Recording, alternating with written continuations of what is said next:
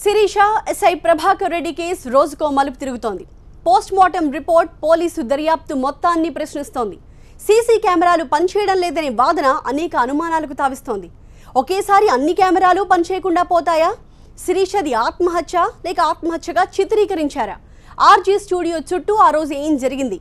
ఇలాంటి అనేక ప్రశ్నలు తెరపైకొస్తున్నాయి. పోలీస్ స్టేషన్లో సీసీ కెమెరా పనిచేయకుండా పోతే పట్టించుకోకుండా పోలీసులు ఉంటారా? కొత్తగా తెరపైకొచ్చిన ఈ ప్రశ్నలు పోలీసుల దర్యాప్తు మొత్తాన్ని సవాల్ చేస్తున్నాయి. Beautician Sirisha SI Prabhakar Reddy case రోజుకో మలుపు తిరుగుతోంది. 2 కేసుల్లో జవాబు దొరకని ప్రశ్నలెన్నో పోలీసుల విచారణను వేలెత్తి చూపిస్తున్నాయి. రోజు రోజుకు బయటపడుతున్న కొత్త విషయాలు పోలీస్ విచారణ తీరుపై అనుమానాలు రేకెత్తిస్తున్నాయి. అన్ని చోట్ల సీసీటీవీల్లో ఫుటేజ్ మాయం అవ్వడం వెనుక అనేక సందేహాలకు తావిస్తోంది. శిరీష చనిపోయిన ఆర్చే స్టూడియోలో కొకనూరుపల్లి పోలీస్ స్టేషన్లో సీసీటీవీ ఫుటేజ్ అదృశ్యం వెనుక ఎవరి హస్తం ఉందనేది ఇప్పుడు హాట్ టాపిక్ గా మారింది. బయటికి రాకూడదని వాళ్ళు అలా చేశారండి. వాళ్ళు అలా చేసి చంపేశారు. చున్నీతో అంటూ ఉరి వేసుకోలేదు. నాకు మా అమ్మాయి చున్నీతో ఉరి వేసుకోలేదు, వైరుతోటే చంపేశారు మా అమ్మాయిని. హైదరాబాద్ షేక్పేట్లోని ఆర్జే స్టూడియోలో సీసీటీవీ ఫుటేజ్ గల్లంతు కావడం సంచలనంగా మారింది.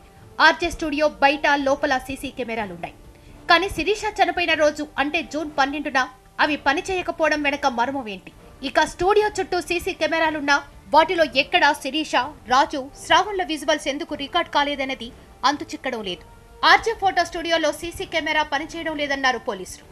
శిరీష సూసైడ్ చేసుకున్న రూమ్ లో సీసీ కెమెరా ఉన్నప్పటికీ సర్వర్ కు కనెక్ట్ కాకపోవడంతో అది కూడా పనిచేయలేదు అంటున్నారు పోలీసులు. రాజు ఇంట్లో కెమెరాలు కూడా రికార్డ్ కావడం లేదని చెప్తున్నారు పోలీసులు.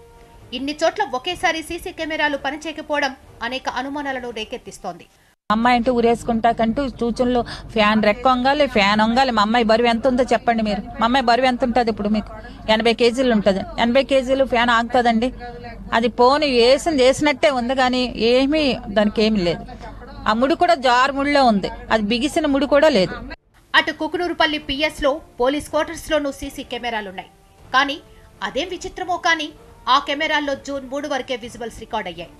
ప్రభాకర్ రెడ్డి మరణం తర్వాత పోలీసులు సీసీ ఫుటేజ్ కు సంబంధించిన హార్డ్ డిస్క్ ను స్వాధీనం చేసుకున్నారు. నిపుణులు విశ్లేషిస్తే అందులో 3వ తేదీ వరకు మాత్రమే విజువల్ రికార్డ్స్ ఉన్నట్లు తేలింది. శిరీష, శ్రావణ్, రాజీవ్లను కుకునూరుపల్లి ఎస్ఐ క్వార్టర్స్ కు వెళ్లింది నిజం. అందుకు సంబంధించిన వీడియో ఆధారాలు కూడా తమ దగ్గరున్నాయని పోలీసులు చెప్పారు. కానీ సీసీటీవీ ఫుటేజ్ మాత్రం 3వ తేదీ వరకే ఉందని తేలింది. మరి పోలీసులకు వీడియో ఆధారాలు ఎక్కడి నుంచి వచ్చాయి? ఎలా వచ్చాయి? వీడియో ఆధారాలున్న మాట నిజమే, అయితే వాటిని పోలీసులు ఎందుకు బయట పెట్టలేదని ప్రభాకర్ రెడ్డి బంధువులు ప్రశ్నిస్తున్నారు. ఎలాంటి ప్రూఫ్స్ లేవు తనంతట తను చనిపోయిండని. ఏ ప్రూఫ్స్ లేనప్పుడు తనే ఆత్మహత్య చేసుకున్నాడని ఎలా నిర్ధారిస్తారు? ఇప్పుడు ఆ అమ్మాయి హత్య అనగానే హత్య అనే ఆ కోణంలో ఆలోచిస్తున్నారు. ప్రభాకర్ రెడ్డి హత్య అని ఎంత చెప్పినా కానీ ఈ కోణంలో అసలు ఆలోచించట్లేదు. ఆత్మహత్య అనేసి ఫిక్స్ అయిపోయారు.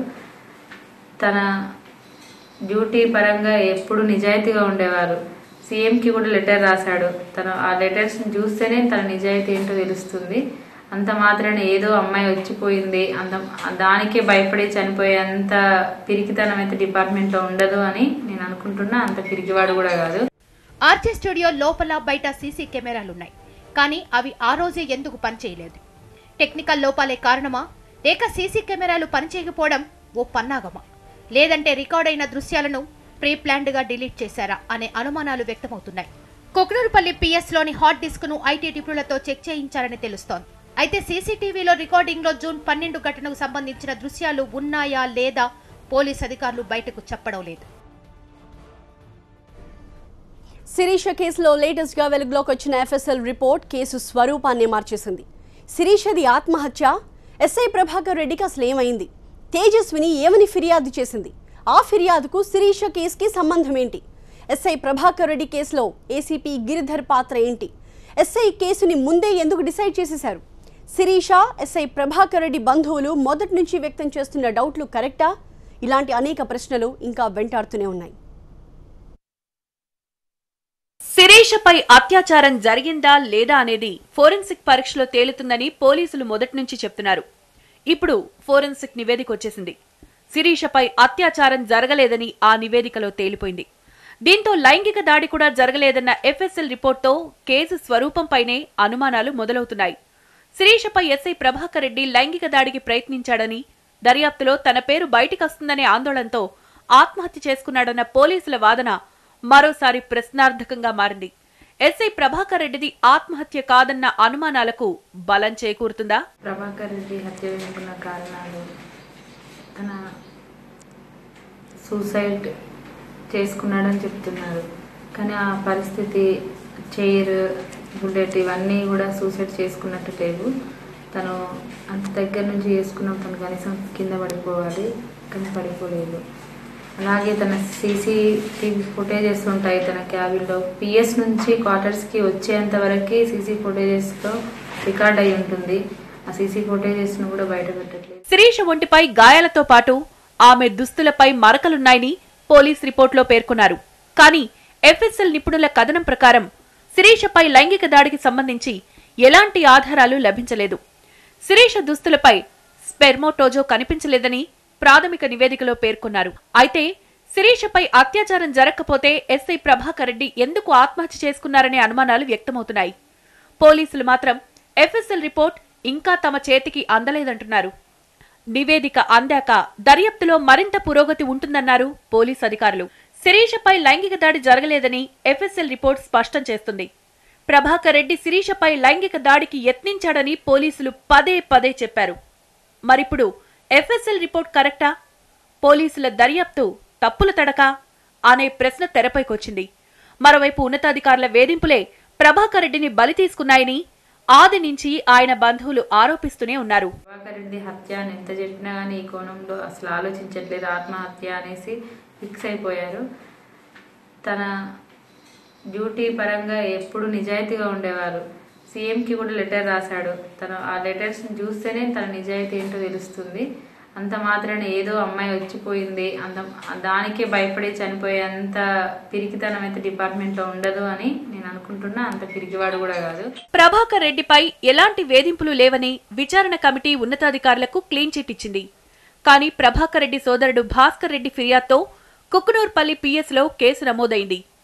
ఎఫ్ఐఆర్లో గజ్వేల్ ఏసీపీ గిరిధర్ను A1గా చేర్చారు. సడన్ గా ఈ ట్విస్ట్ ఏంటి అనే అనుమానాలు వ్యక్తమవుతున్నాయి. ఎస్ఐ ప్రభాకర్ రెడ్డి క్వార్టర్ను పోలీసులు సీజ్ చేశారు.